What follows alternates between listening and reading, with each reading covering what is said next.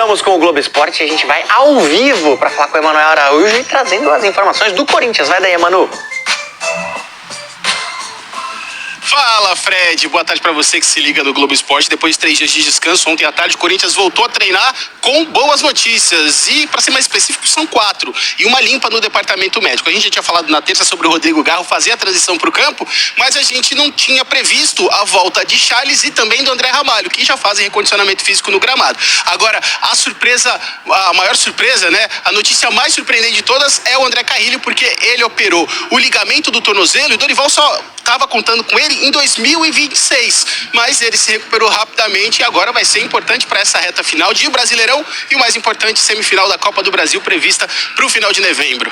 Tempo bastante suficiente para o peruano voltar ao time titular. Volto com você, Fred. Boa, Manu, muito obrigado. E 100 mandamentos. Num show ele fala sobre isso, né? Porque as canções muitas vezes são tristes, né? E ele pensou qual canção não vazasse nada de tristeza, de melancolia, e ele citou essas 100 mandamentos, que é linda. Lembrei disso agora para dizer para vocês que esse vídeo ele não vazará nenhuma melancolia. Não falarei de dívidas, de problemas de desfalques estruturais, de presidentes, de questões políticas, de ex-presidentes investigados, nada disso, nada disso. Esse vídeo se resumirá a boas notícias, porque, vejam só, eu fiquei estupefato. Estou falando de André Carrilho. Eu não contava mais com ele em 2025. Para não dizer que eu não contava, eu projetava a Copa do Brasil, que é depois do Campeonato Brasileiro, que é lá no dia 10 de dezembro. Eu imaginava assim, o Carrilho pode ser que volte nas últimas rodadas do Brasileirão, sendo bem otimista, para que ele esteja reforçando o time no momento crucial da temporada. Eu juro para vocês que eu não imaginava. E por que eu não imaginava? Porque os departamentos médicos dos clubes, eles não costumam dar previsões sobre recuperação de atletas até para gerar isso. Daqui a pouco você acaba surpreendendo por um retorno antecipado. Você não projeta algo daqui a pouco com 40 dias, daqui 2 semanas ele vai voltar e tal, porque depende da resposta do organismo do atleta, depende muitas vezes do comprometimento do jogador, de fazer todos os tratamentos, de ter os compromissos fisioterápicos e tudo mais, para que ele possa retornar a tempo. E a gente está falando de um jogador de 33 anos que no dia 6 de agosto sofreu uma ruptura, uma lesão ligamentar no seu tornozelo. Foi submetido a uma cirurgia em que tem uma média de retornar, né, de uma lesão desse tipo de 4 meses. Então, agosto, você contava setembro, outubro, novembro, dezembro, acabou o ano. Pois bem, em 2 meses, André Carrilho está na sua transição. Está saindo da fisioterapia e indo para o campo. Carrilho, palmas para você, para o departamento médico do Corinthians, para a parte física, fisioterápica, para o núcleo de saúde, para tudo que envolveu a recuperação desse atleta, porque o Yuri, a gente sabe, ele é um cara que normalmente volta antes dos demais, porque ele se cuida muito, mas o Carrilho eu não imaginava. E que jogador é André Carrilho, né? O principal legado da família Dias. Trabalharam com ele lá no Al Hilal, inclusive colocando ele de um atacante da seleção peruana jogando por dentro. E no Corinthians ele se destacou exatamente por ali. Também faz mais ações ofensivas, joga como meia, joga pelos lados do campo, é um jogador extremamente polivalente, fundamental para o time, fundamental. Gente, a perspectiva é maravilhosa quando você vê que o André Carrilho está voltando agora. Tá, mas quando é que ele vai voltar a jogar? Calma. Transição física.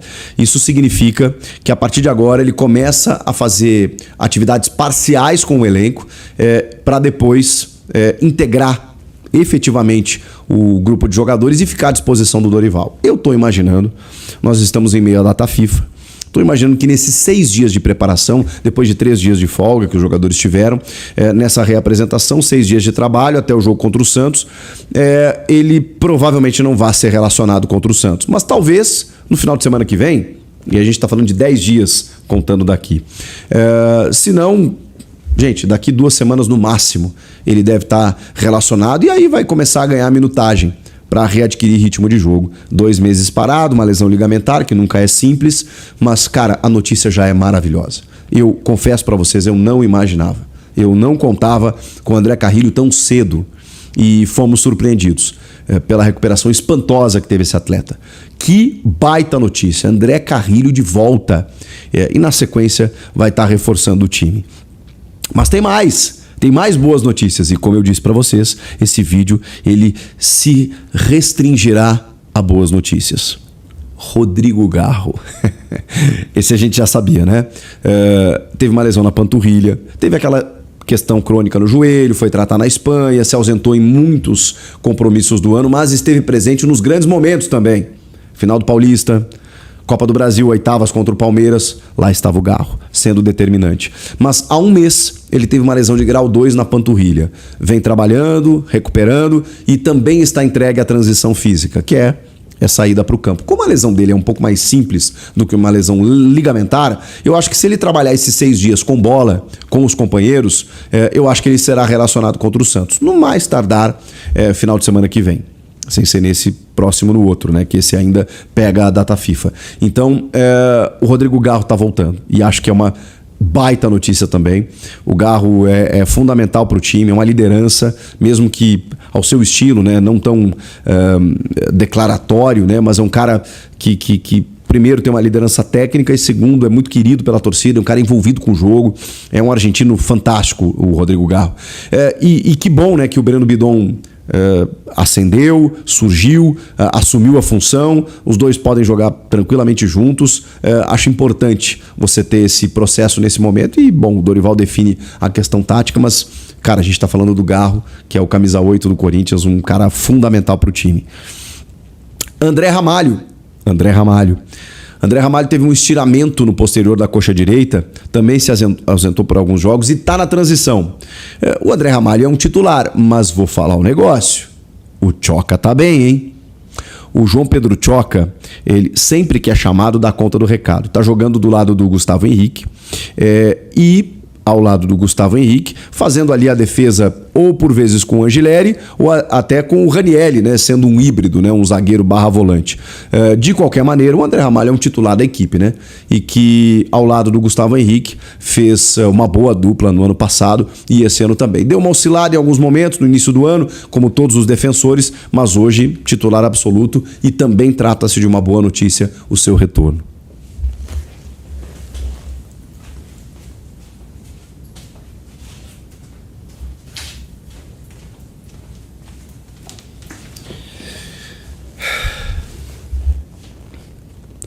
Por fim, o Charles, que não é um jogador tão utilizado assim, mas para grupo, não teve uma lesão configurada, teve dores no joelho, mas também está no processo de transição. Mais um reforço, digamos assim, em termos de elenco, né, que o Dorival vai ter. Agora, eu estou falando de 3 titulares, né, gente? André Carrilho, Rodrigo Garro e André Ramalho.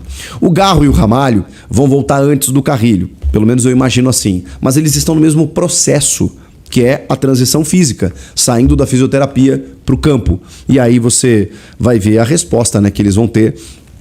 Nos próximos dias a gente vai ter uma base melhor, né? Se eles estão respondendo bem aos treinamentos, estão trabalhando com bola, estão trabalhando com os companheiros, então que tipo de atividade eles estão fazendo para que eles possam ser utilizados ali na frente. Cara, que belas notícias. 4 jogadores deixam o departamento médico, são liberados pelo DM e iniciam o processo de transição. E cara, desses 4, 3 fundamentais.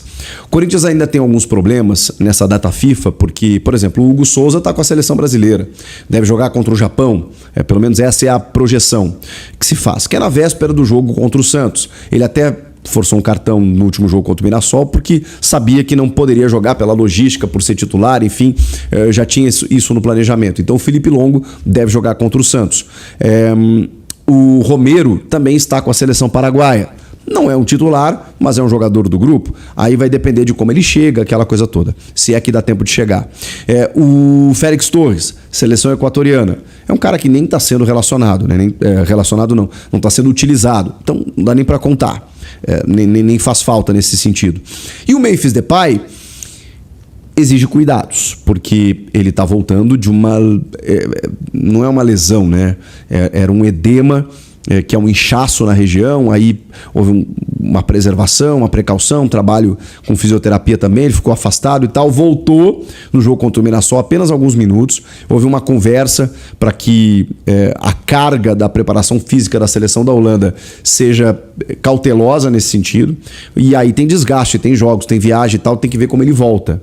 Mas ele volta dia 12, 3 dias antes do jogo contra o Santos. Então, ele vai voltar a tempo e aí a gente vai ter uma ideia se o Memphis vai ser preservado, vai ser relacionado, vai poder entrar no segundo tempo e tal. Mas é um cara que tá voltando também. Então, assim, pensando num grupo reforçado ali na frente, o Memphis é um cara que lesionou e tá voltando aos poucos.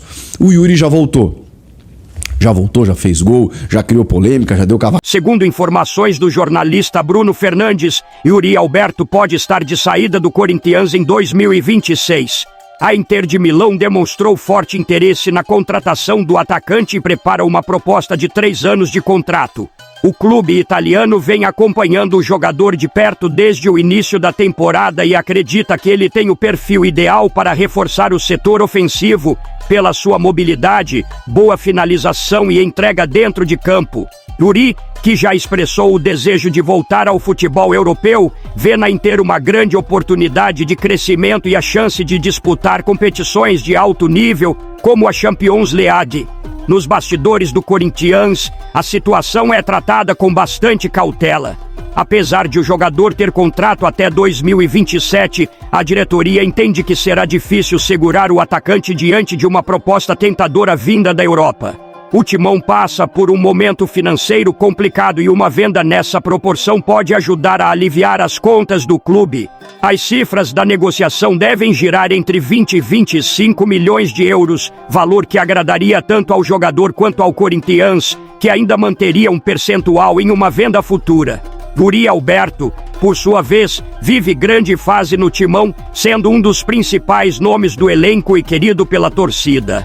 O atacante tem sido decisivo em jogos importantes e se tornou o símbolo de entrega e garra dentro de campo. No entanto, o sonho de brilhar novamente no futebol europeu pode pesar em sua decisão. Caso a proposta avance, o Corinthians já começa a avaliar nomes no mercado para repor a possível saída do seu camisa 9, que, ao que tudo indica, pode estar se preparando para encerrar seu ciclo no clube e iniciar um novo capítulo da carreira em solo italiano. Agora eu quero saber a opinião de vocês. Você tentaria manter Yuri Alberto no Corinthians? Sim ou não? Deixe sua opinião no comentário. Não esqueça de curtir o vídeo e inscreva-se no canal para não perder nada do Corinthians. Até a próxima e vai Corinthians!